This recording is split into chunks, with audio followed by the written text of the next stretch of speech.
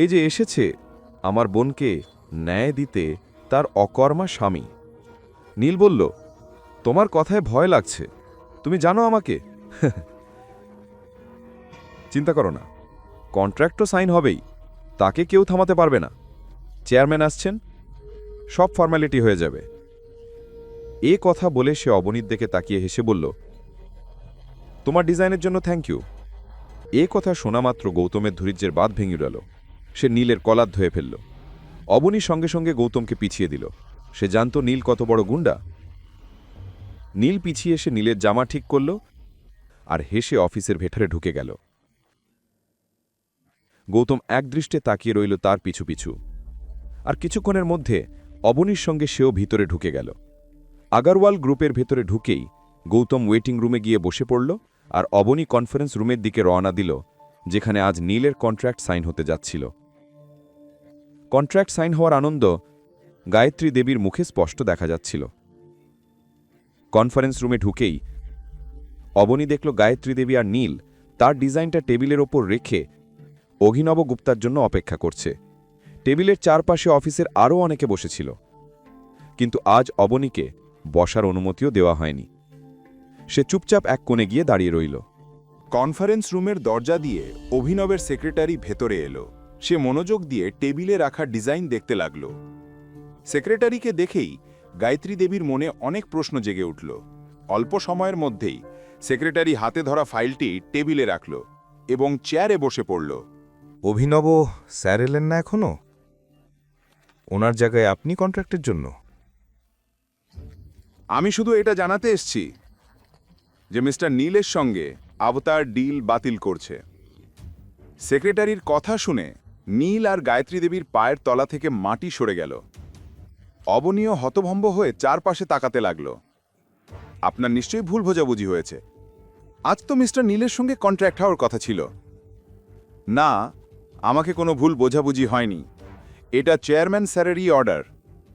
নীলের মুখ রাগে লাল হয়ে উঠল।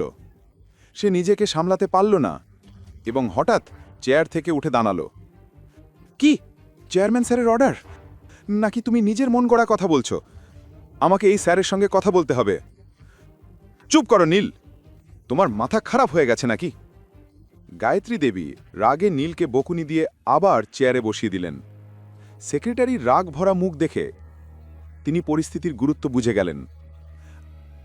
আই এম সরি, আসলে মিস্টার নীল হয়তো এতটা বুদ্ধি নেই, তার পক্ষ থেকে আমি ক্ষমা চাইছি। কিন্তু হঠাৎ এই কন্ট্রাক্ট না করার সিদ্ধান্ত? গায়ত্রী দেবী কথা শেষ করার আগেই সেক্রেটারি তার কথা কেটে দিল এবং নীলের দিকে তীক্ষ্ণ দৃষ্টিতে তাকালো। আমি এখানে শুধু এটা জানাতে এসেছি যে আভাতার গ্রুপ এখন থেকে মিস্টার নীলের সঙ্গে কাজ করবে না। কিন্তু আমার তো গতকালই চেয়ারম্যান স্যারের সঙ্গে কথা হয়েছিল। তিনি আমার ডিজাইন খুব পছন্দ করেছিলেন। হঠাৎ এক রাতে তিনি কি করে সিদ্ধান্ত পাল্টাতে পারেন? আপনার ডিজাইন যদি সত্যি আপনি নিজে বানিয়ে থাকেন, তাহলে নিশ্চয়ই আপনি এটা জানবেন মিস্টার নীল। বলতে বলতে সেক্রেটারি টেবিল থেকে ফাইল তুলে নীলের দিকে এগিয়ে দিল। ফাইল খুলতেই নীলের গলা শুকিয়ে গেল। আমরা আপনার সম্পর্কে খোঁজ নিয়েছি। আপনি তো আপনার কলেজের পড়াশোনাই শেষ করেননি, মাঝপথেই ছেড়ে চলে গিয়েছিলেন। তাহলে ডিজাইনারের ডিগ্রি পেলেন কোথা থেকে?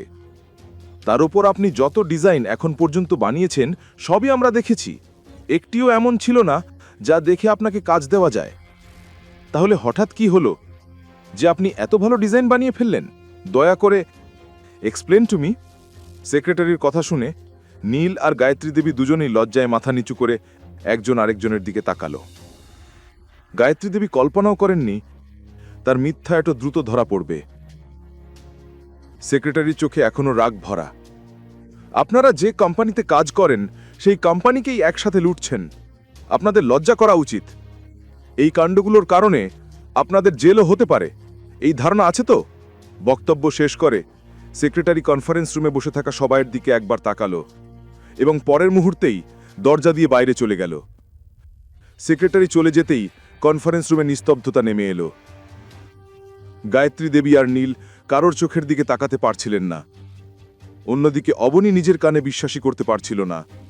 তার কানে তখনও বাজছিল কিছুক্ষণ আগেই গৌতমের বলা কথা।